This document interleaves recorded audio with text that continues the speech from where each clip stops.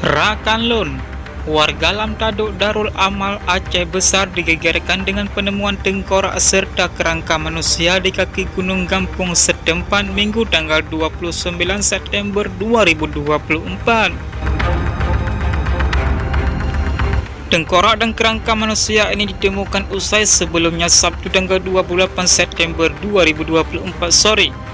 Warga setempat menemukan satu unit motor tanpa pemilik. Kapolres Banda Aceh KBP Fahmi Irwan Ramli melalui Kasar Reskrim Kompol Fadila Aditya pertama mengatakan motor jenis Asraya BL 3448LH ditemukan oleh Marjuki 50 tahun dan Zulkifli 40 tahun saat hendak berkebun seperti biasa.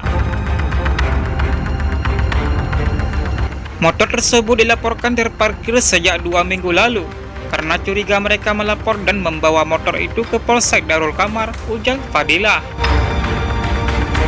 Polisi yang menerima laporan menyelidiki pemilik motor. Diketahui bahwa motor itu terakhir digunakan oleh seorang pelajar bernama M. Hafiz Al-Faiz, 15 tahun, warga Gampung Kandang, Darul Imarah. Yang bersangkutan selama ini dilaporkan hilang oleh keluarganya sejak tanggal 4 Agustus 2024. Atau 56 hari lalu. Keluarga juga telah melaporkan ke Polresta Banda Aceh, katanya. Polisi kemudian membentuk tim untuk menyisir sekitar lokasi ditemukannya motor itu yang ikut dibantu oleh warga sekitar. Usai menyisir selama kurang lebih 2 jam, warga menemukan tengkorak dan kerangka manusia terpisah-pisah dengan jarak sekitar 100 meter dari lokasi temuan motornya. Ditemukan beberapa tulang rusuk, tulang kaki, tengkorak serta baju, kunci motor dan ikat pinggang, ucap warga sekitar.